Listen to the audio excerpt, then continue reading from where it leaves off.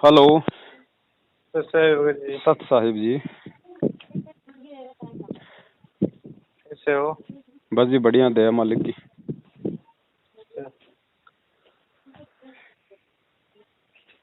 बताओ जी।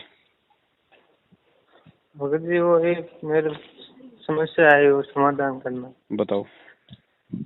वो क्या हुआ था, मैंने 14 अप्रैल को नाम दीक्षा ली थी, उसके बाद वो मर्यादा में से ठीक रही नहीं अभी। जी। वो मैंने वैक्सीन ही लगा दी और वो क्या थोड़ा शादी विवाह में चला गया, मेरी मर्यादा भंग हो गई, इसलिए मुझे अब वो आपका सत्संग सुना फिर बहुत पछतावा हो रहा है। कहाँ चले गए थे बीच में? वो शादी में चला गया था एक दो अच्छा बार, अच्छा और वो कैसे हो गया, जन्मदिन पे चला गया। अच्छा अच्छा अच्छा। वो मर्यादा भंग हो गई, इसलिए वो आपका सत्संग सुना, उसके बाद बस बहुत पछतावा हो रहा है मुझे। और नाम कब लिया था? वो 14 अप्रैल को लिया था, 13-14। इसी महीने? वे अभी 2-3 महीने पहले? हाँ। अच्छा अच्छा अच्छा। देखो भगत जी, सबसे बड़ी जो गलती भगत समाज जो करता है ना, सबसे बड़ी गलती यही करता है कि सत्संग पहले अच्छे से नहीं सुनते। और गुरुजी हमेशा इसी बात पे जोर देते हैं कि भाई नाम चाहे 6 महीने बाद में ले लो, कोई दिक्कत नहीं है, मैं नाम ही देने आया हूँ, कोई भेड़ बकरी चराने नहीं आया। आराम से इस ज्ञान को समझो, सत्संग में आओ, डीवीडी ले जाओ, सीडी ले जाओ। ये जरूरी नहीं होता कि हम एक ही बार आश्रम में जाएं और पहली बार में नाम ले लें, ऐसा नहीं वो होता मैं भगत जी। वो आश्रम में नहीं गया था, यहाँ पर वो नाम दीक्षा केंद्र पे ली थी। जी जी जी, तो है ना, अब ये सबसे बड़ी गलती यही हो जाती है, फिर ज्ञान के अभाव में फिर हम मर्यादाओं का आनंद कर देते हैं। अब हाँ देखो वो भगत जी, दूसरी बात ये भी है कि ऐसा कोई भगत है भी नहीं जो नाम लेके नाम नहीं तोड़ता हो। मर्यादा सबसे हाँ खंडित होती है भगत जी, ऐसा कोई भगत नहीं है सतगुरुदेव जी को छोड़ के जो अपनी मर्यादाओं को खंडित ना करता हो। तो वो अनजाने में होती हैं, कुछ जानबूझ के हो जाती हैं, कुछ किसी के दबाव में हो जाती हैं। और हाँ होती इसलिए क्योंकि ज्ञान को आधार नहीं बना पाते। अगर ज्ञान समझ में आ जाए तो आदमी पूरी दुनिया से ना लड़ जाए। हाँ। तो अब वो तो ऐसा है आपसे। वो मेरे जी बताओ। बताओ बताओ। वो मेरे परिवार वाले सब विरोध करने लगे, इसलिए वो थोड़ा बहुत हो गया था। हमारे गांव में एक ही हूँ, अच्छा। इसलिए सब लोग कहने लगे वो ऐसा रामपाल है, रामपाल, इसलिए मेरे को बहुत दुख होता है कभी भी। अब देखो, अब आप दोबारा से जुड़ना चाह रहे हो, अब क्या हाँ गारंटी है भगत जी कि आप फिर से नाम खंडित नहीं करोगे, मर्यादा नहीं तोड़ोगे? अब भी वो आपका तो वही परिवार है, वो भी उतना ही विरोध करेंगे, गांव वाले भी वैसे ही कहेंगे, तो फिर अब कैसे करोगे? अब जो भी होगा देखा जाएगा। नहीं नहीं, ऐसा नहीं भगत जी, फिर जो भी होगा देखा जाएगा मतलब तोड़ दोगे फिर से मर्यादा? नहीं, मर्यादा तो नहीं तोड़ूंगा मैं, अभी तो टूटा तो नहीं, मतलब कभी कहीं कहीं गलती 2-3 बार हो गई ऐसे। तो जो भी होगा देखा जाएगा, मतलब तो ये हो गया कि वो तो उस समय देखेंगे क्या होगा क्या नहीं होगा। हाँ वो तो है। तो भगत जी अभी भी कितनी कमजोरी है ना। आप एक काम हाँ करो भगत जी, हाँ अब नाम तो आपको मिल गया जैसा भी है। हाँ। अब परमात्मा कहते हैं कि आड़ी जो होता है ना, किसान, हम्म वो खेत में जब बीज डालता है तो बीज चाहे उल्टा गिरो चाहे सीधा गिरो, बीज जामता है।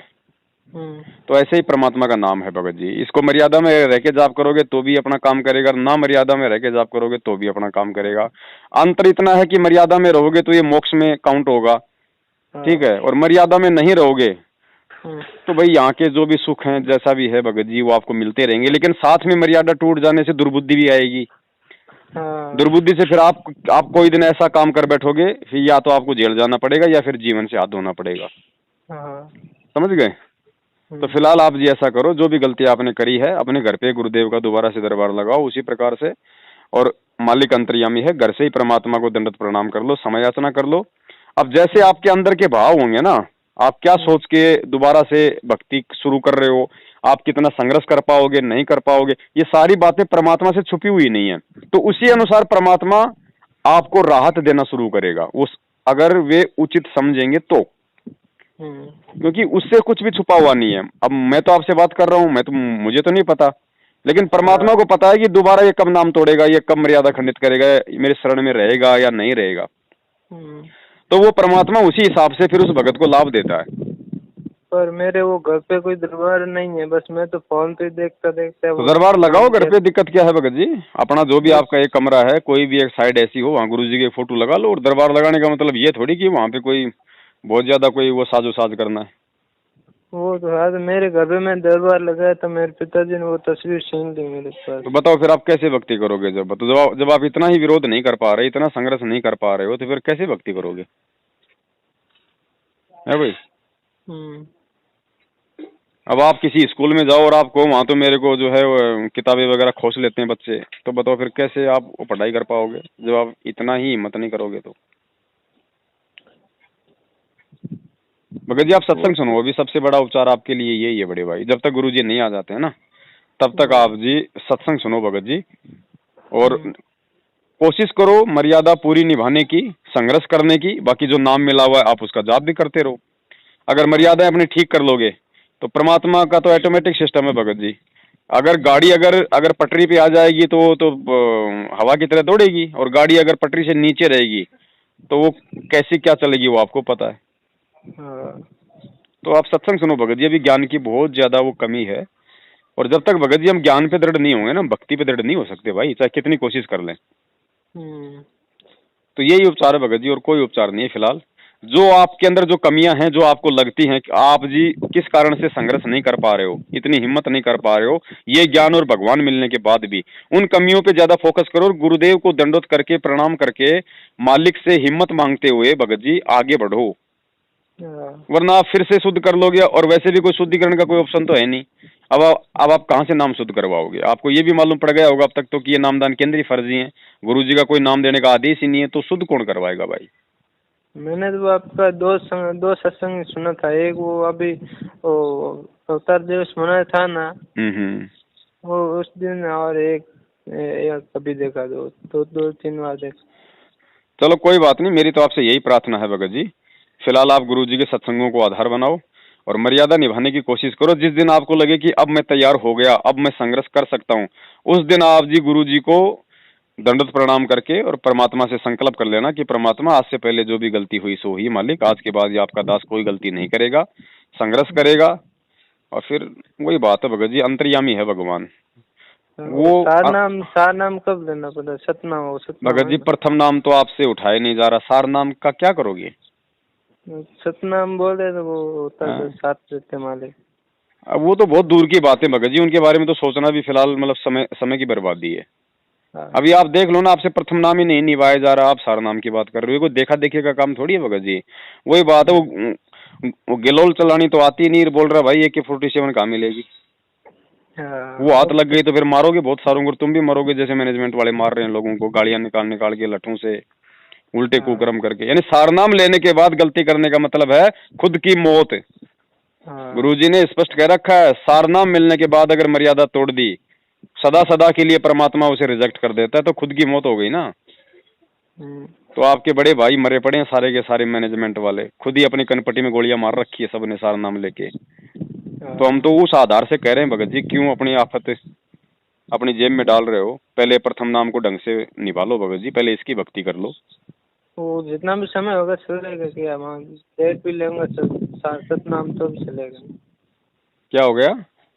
मतलब अभी वो सतनाम कितना भी टाइम होगा तो भी बाद में ले सकते हैं। अरे परमात्मा धरती पे है, सबको पार करने आया है, कोई जाना चाहेगा तो। हमारे से पहले गुरुजी नहीं शरीर छोड़ने वाले, गुरुजी यही है धरती पे।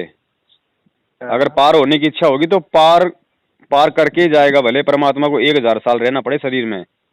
अरे जो अर्जुन सर्जुन को 250 साल तक शरीर में रख सकता है, वो खुद तो अनंत युग तक रह सकता भाई। वो तो है। तो ये मत सोचो भाई, परमात्मा के बारे में ये सोचना भी गुरुजी ने कहा कि मूर्खता होगी कि भाई गुरुजी तो बूढ़े हो गए। परमात्मा कहते हैं नालायक को, मेरा क्या बूढ़ा होगा, ना मैं बालक ना मैं बूढ़ा ना मैं भाट भिखारी, सुन ले रे भाई गोरखनाथ यह है उम्र हमारी। अरे परमात्मा तो 2 मिनट में ऐसे हो जाएंगे, आपके फिल्मी स्टार फेल हो जाए। समर्थ है भाई, ये कोई आम संत थोड़ी है। ये तो जब चाहे तब प्रकट हो जाए भगत जी, किसी भी रूप में प्रकट हो जाए। ये तो एक साथ 1000 रूप में प्रकट हो जाए, 10,000 रूप में प्रकट हो जाए, भगत बन के भक्ति भी कर रहा होगा, सतगुरु बन के नाम भी दे रहा होगा, और परमात्मा बन के सतलोक भी बैठा होगा। इसका कौन क्या वार एन पार भगत जी, इसकी अवगति कौन जाने, अवगत की गति। हमें जितना कोर्स परमात्मा ने दिया है, हमें उस पर फोकस करना चाहिए भगत जी। देखा देखी मत देखो कि उसको सार नाम मिल गया, उसको वो मिल गया। वो सार नाम लेके कितने कुकर्म कर रहा है वो भी तो देखो।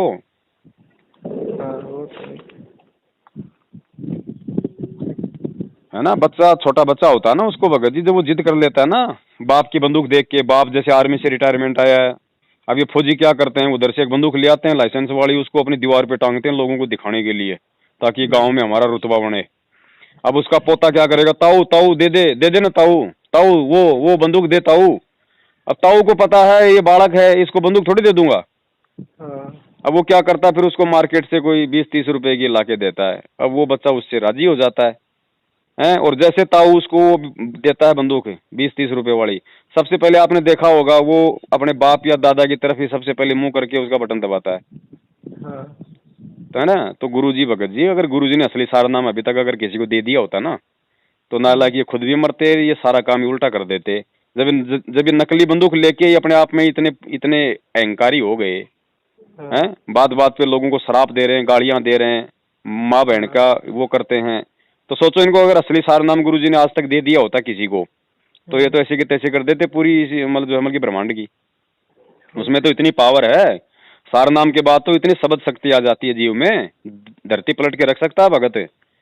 तो इनको परमात्मा ने जितने भी हैं, सन 1994 से लेके आज तक परमात्मा ने स्वामी रामदेवानंद जी जो अपने दादा गुरु जी हैं उनको छोड़ के गुरुजी ने किसी को सारनाम नहीं दिया अभी तक, समझे। पहले सारनाम के लिए भगत जी भगत बनना पड़ता है, अपने आप को जीवित मारना पड़ता है। गुरुजी ने क्या बताया, जब जो मतलब सरसों होती है ना, सरसों, जब सरसों की वो फलियां आ जाती है ना, बीज जब उसके फल लग जाता है सरसों के, तो वो जमीन की तरफ झुकती है ना। तो सार नाम की कमाई से भगत को मतलब नीचे झुकना चाहिए, आधीन होना चाहिए, उसको प्रेमी होना चाहिए, या माँ बहन की गालियां निकालनी चाहिए, या भक्तों को लट्ठों से मारना चाहिए। तो ये क्या कर रहे हैं सार नाम लेके, गुरुजी का भाई बेटा बंधु रिश्तेदार जवाई बड़े बड़े, ये भक्तों के घरों में जा जाके उनको बेचारों को जानवरों की तरह मार रहे हैं, माँ बहन की खुलेआम गालियां निकाल रहे हैं। इनका वर्ल्ड कोऑर्डिनेटर देश राज जो सबसे बड़ा भगत माना जाता है, सारनाम जिसको प्राप्त है, वो मुझ पवन दास को फोन करके कहता है कि तेरे मुंह में मूत दूंगा, तेरी छोरी को मैं कोठे पे बैठा दूंगा। तो भाई इनके पास सारनाम नहीं, परमात्मा ने पता नहीं इनको तो कौन सी विशेष जो है जड़ी बूटी सुंघा रखी है ना। तो आप सारनाम के चक्कर में ना पड़ो भगत जी, वो परमात्मा का काम है, वो कब देंगे, वो किसको देंगे। परमात्मा कहते हैं बिन ही रसना नाम चलत है निर्वाणी से नेहा, और गरीब दास बोडल में दीपक छानी नहीं सनेहा। जब हम उसके लायक हो जाएंगे ना, तो भगवान अपने आप दे देगा बुला के। सारनाम भगत जी मांगने की वस्तु नहीं है, समझ गए। सारनाम के लिए परमात्मा से प्रार्थना करनी पड़ती है, उसके लिए जो है योग्य बनना पड़ता है, बहुत सारी परीक्षाएं जो है पास करनी पड़ती हैं। अब इन सारनामियों के कुक्रम देख लो ना आप, तो पहले भगत जी प्रथम नाम को तो संभाल लो बड़े भाई ढंग से। वो इसीलिए आपके वो ग्रुप से मुझे जोड़िएगा। चलो मैं जोड़ देता हूँ, आपका व्हाट्सएप नंबर ये है क्या? हाँ। तो मुझे सत साहिब लिख के भेज दो, इस नंबर से मैं जोड़ दूंगा आपको, ठीक है जी। हाँ सत साहिब।